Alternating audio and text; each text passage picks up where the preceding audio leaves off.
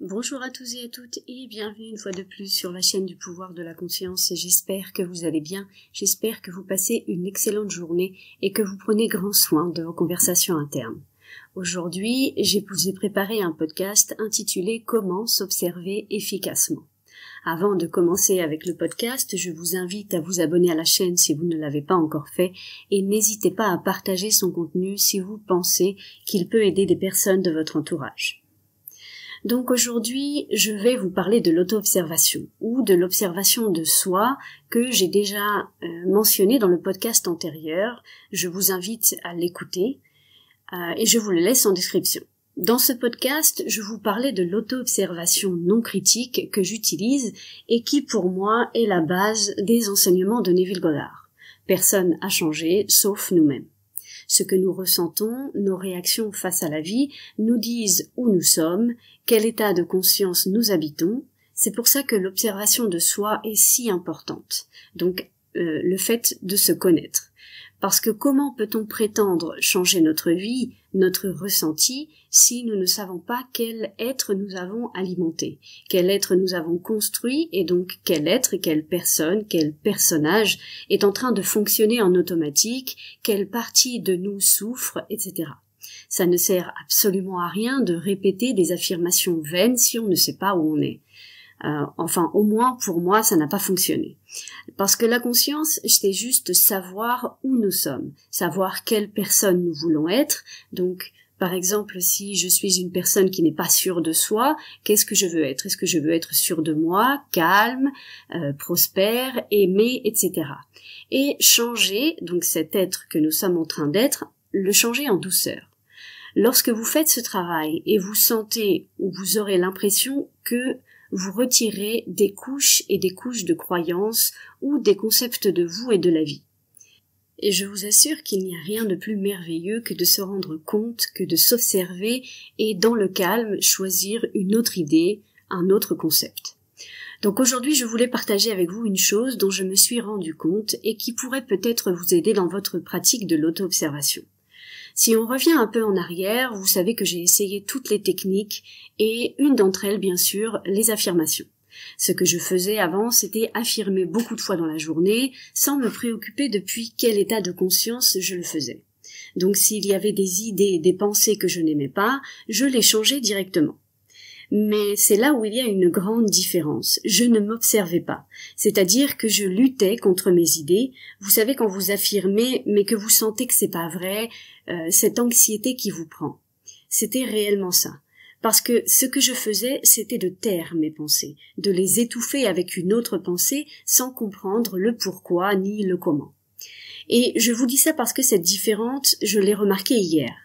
Comme je vous dis, lorsque vous observez sans critiquer, sans vous juger, en sachant que vous le faites juste pour savoir quel être vous êtes, quelles idées vous avez, juste pour obtenir des informations, vous ne jugez pas, vous écoutez simplement. Comme lorsque vous écoutez attentivement quelqu'un, que vous réfléchissez à ses paroles, donc une fois qu'il a terminé de parler, vous êtes capable de l'écouter sans être en train de juger, c'est ça réellement, c'est l'écoute. Et à partir de là, c'est super facile de choisir autre chose parce que vous vous rendez compte. Ah ouais, je pensais ça. Ah ok, mais je savais pas où j'étais, je ne savais pas que je pensais ça. Vous pouvez après vous demander pourquoi, mais sans forcer. Vous pouvez faire des associations, vous pouvez aussi vous demander si quelqu'un a cette chose ou si cette personne est de telle manière et vous dire que pour vous aussi c'est possible. Okay, essayez de découvrir ce qui fonctionne pour vous. Moi, par exemple, quelquefois ce sont les associations. Donc ça, c'est vraiment quelque chose qui est vraiment facile à faire, les associations, parce que notre esprit fonctionne aussi par association. Donc ça, c'est encore une petite un outil que vous pouvez utiliser, mais découvrez vraiment ce qui fonctionne pour vous. Donc hier, dans une de mes observations, j'ai ressenti de l'anxiété. Et je sais maintenant pourquoi.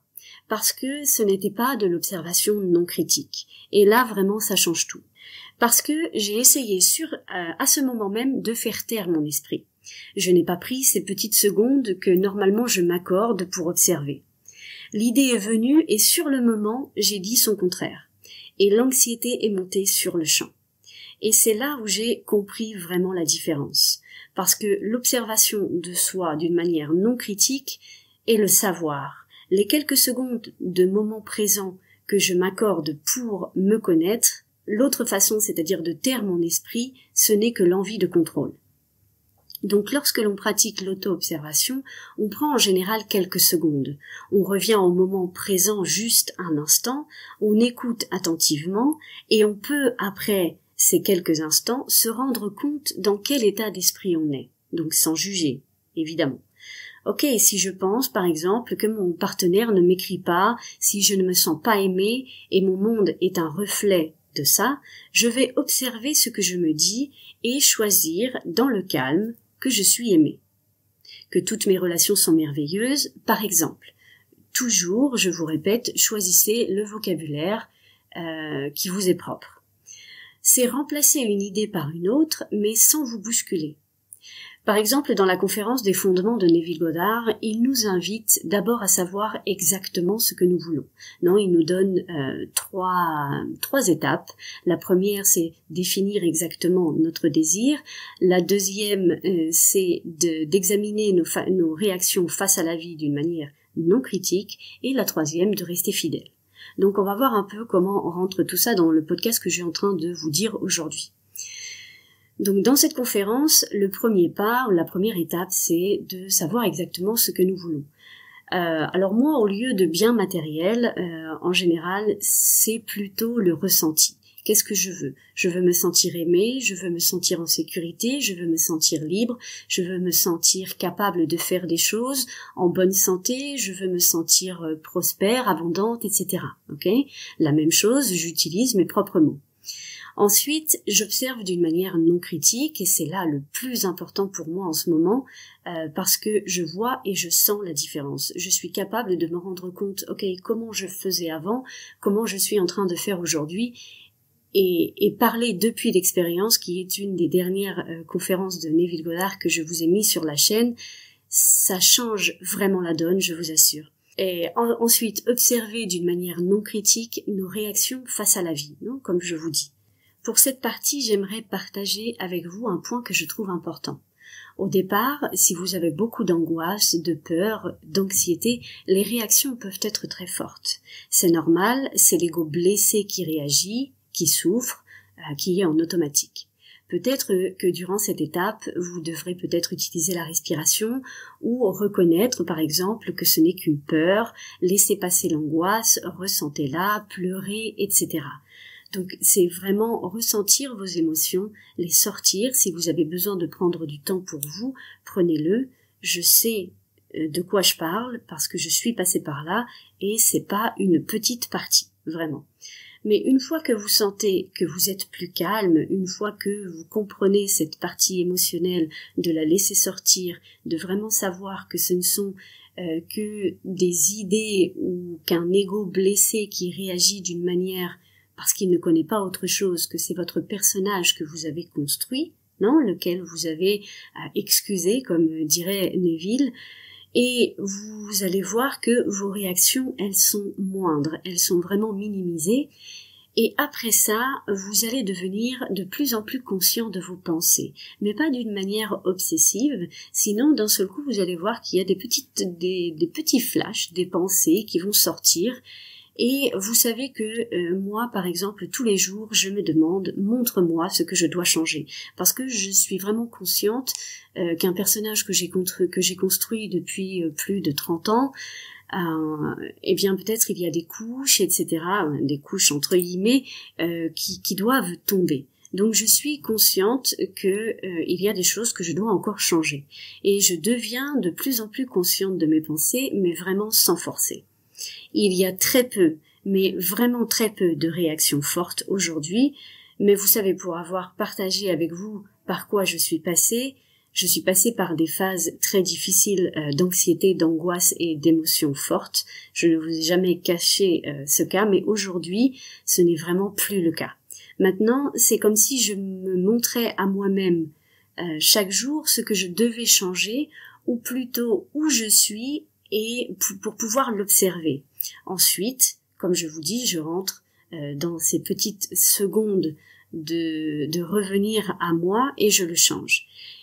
Et vraiment, ça change la donne parce que à ce moment-là, il n'y a pas de doute. C'est une certitude. Il n'y a pas besoin de répéter. Vraiment, je vous assure. Il n'y a pas besoin de répéter.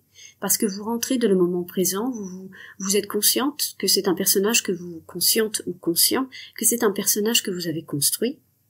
Et c'est très facile de vous dire, ok, si j'ai construit ça, je peux changer d'idée. Et donc là, c'est le 3e point de la conférence que je vous mentionnais un petit peu avant, donc la conférence des fondements. C'est rester fidèle, donc, à votre désir. Mais pas comme répéter comme un robot, mais vraiment continuer à vous connaître tout le temps qui vous êtes. Observer sans juger, et lorsque vous vous êtes recentré, choisir cette nouvelle idée. Cela est un processus. N'oublions pas que je vous ai dit dans le podcast antérieur que Neville Goddard, avant de faire ses premières conférences, avant de sortir sur la scène, donc pour faire ses premières conférences, il a étudié avec Abdullah, il a étudié l'hébreu, il a étudié la Kabbalah, il a étudié énormément de choses, tout ça pendant 5 ou 6 ans, avant de vraiment partager son expérience. Je dis pas que ça va vous prendre 5 ans, moi ça fait déjà 4 ans que je suis avec Neville Goddard, la conscience s'élargit, on comprend de plus en plus de choses, ça je vous l'assure, mais ceux qui vous disent que vous pouvez, ou je sais pas, ou qui vous vendent des formules magiques de 3 secondes, de 3 jours, oui, ça peut arriver, mais vraiment, on doit changer vraiment cet état de conscience, parce qu'un état de conscience, il comporte absolument tout.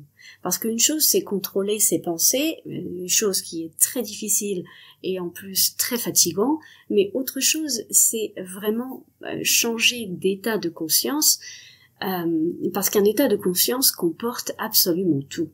C'est-à-dire, il comporte une attitude, il comporte une manière de voir les choses, il comporte un pack, entre guillemets, de pensées, etc. Et c'est vraiment ça, ce à quoi on aspire vraiment. Non, on ne veut pas être en train de faire un travail très difficile, d'être en train de répéter. Quand je vois des vidéos de la répétition robotique, etc., moi, ça me stresse, ça me donne de l'anxiété. Je dis, mais comment je vais faire toute ma vie pour faire ce type de choses? S'il y a des personnes qui s'adaptent, pas très bien pour elles, mais moi, franchement, je préfère me connaître et je préfère faire ce travail en douceur. Je sais que c'est un processus et ça me va très bien. Ça m'évite de passer. Je suis déjà passée par de l'anxiété, mais ça m'évite d'être dans l'angoisse constante. Oui, il faut que je m'observe. Non, parce que je vous dis maintenant, ça devient quelque chose de naturel. Je peux vivre, je peux profiter du moment. C'est beaucoup plus facile et je sais que ça va le devenir encore plus. Donc voilà, moi je suis très contente avec ce cheminement. Au départ, ça peut sembler très difficile, ça peut sembler très contraignant quelquefois, parce qu'on a tendance à revenir en arrière, mais pour moi vraiment ça en vaut la peine.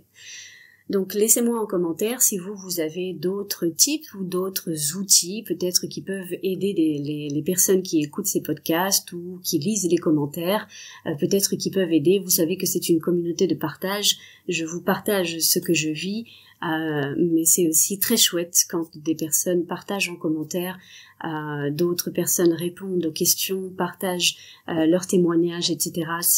Ça donne un peu de soutien à des personnes qui parfois pensent qu'elles font mal les choses, etc.